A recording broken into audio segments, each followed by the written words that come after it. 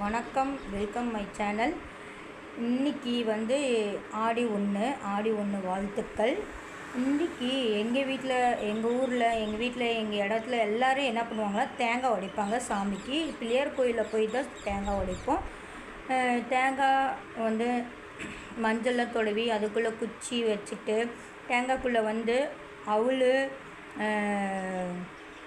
நாட்டு சக்கரை, கடலை இதெல்லாம் போட்டுடலாம். இதெல்லாம் போட்டு அதுக்குள்ளே கொஞ்சம் தேங்காய் தண்ணி ஊற்றிடுங்க. ஊற்றிட்டு அதுக்கப்புறம் அந்த குச்சி நல்லா தேங்காய் நல்லா ஃபிக்ஸ் பண்ணுற மாதிரி வச்சுட்டு, நீங்கள் என்ன பண்ணுறீங்கன்னா, ஃபிக்ஸ் பண்ணுற மாதிரி வச்சுட்டு ஸ்டவ்வு இல்லைன்னா எதுலேயும் வந்து நல்லா காய்ச்சிக்கோங்க. அந்த வெடிப்பு வர தேங்காய் கொஞ்சமாக லைட்டாக வெடித்தோடனே அதை எடுத்துருங்க.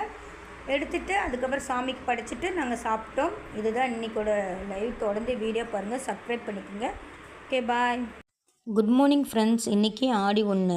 இன்றைக்கி வந்து எங்கள் ஊர்லாம் தேங்காய் வந்து பிள்ளையார் கோயிலில் போய் உடைப்போம். அதுக்கு தேங்காய் வந்து ஃபஸ்ட்டு வந்து நாங்கள் நல்லா அந்த நாரில் எடுத்து நாங்கள் சுரண்டி வச்சுக்குவோம். சுரண்டி வச்சுட்டு அதுக்குள்ளே கடலை, அவுள், சர்க்கரை, நெல் இதெல்லாம் தண்ணி எடுத்துகிட்டு அந்த தேங்காய்க்குள்ளே போட்டுட்டு ஒரு குச்சி லாங்காக ஒரு குச்சி எடுத்து அந்த தேங்காயில் சொறி வச்சுருவோம். அப்புறம் மஞ்சத்தூள், நல்ல மஞ்சத்தூள் வந்து தேங்காயில் அந்த குச்சிக்கு எல்லாமே மஞ்சத்தூள் ஃபுல்லாக தொடையிடணும். இந்த மாதிரி தொடவி வச்சுருங்க.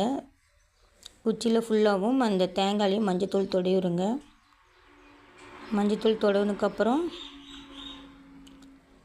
அந்த தேங்காயில் பாருங்கள், என் குட்டி பையன் தான் தொடவிட்டுருக்குறான். அப்புறம் அந்த குச்சி வந்து அந்த தேங்காய்க்கு நேராக நம்ம கரெக்டாக அந்த தேங்காயோட கரெக்டாக வந்து ரொம்ப குட்டியாக நம்ம சீவி அதுக்குள்ளே கரெக்டாக இது பண்ணுற மாதிரி நல்லா ஸ்ட்ராங்காக பிடிக்கிற மாதிரி பண்ணணும். அப்போ தான் ஸ்ட்ராங்காக பிடிக்கும். ஓகே, நல்லா தொடவியாச்சு. அதுக்கப்புறம் நம்ம போய் ஸ்டவ்வில் வந்து வைக்கிறோம். எப்பயுமே வந்து அப்போல்லாம் வந்து வெளியில் தான் வச்சுருப்போம். இப்போ வெளியில் எதுவுமே பண்ண முடியாதனால நம்ம ஸ்டவ்லேயே வந்து கேஸில் வச்சிடுறோம். நல்லா வச்சு வெடிப்பு வந்ததுக்கப்புறம் எடுத்துடலாம். அதுக்கப்புறம் எங்கள் குட்டி போய் பாருங்கள் பூசை போடுறாங்க.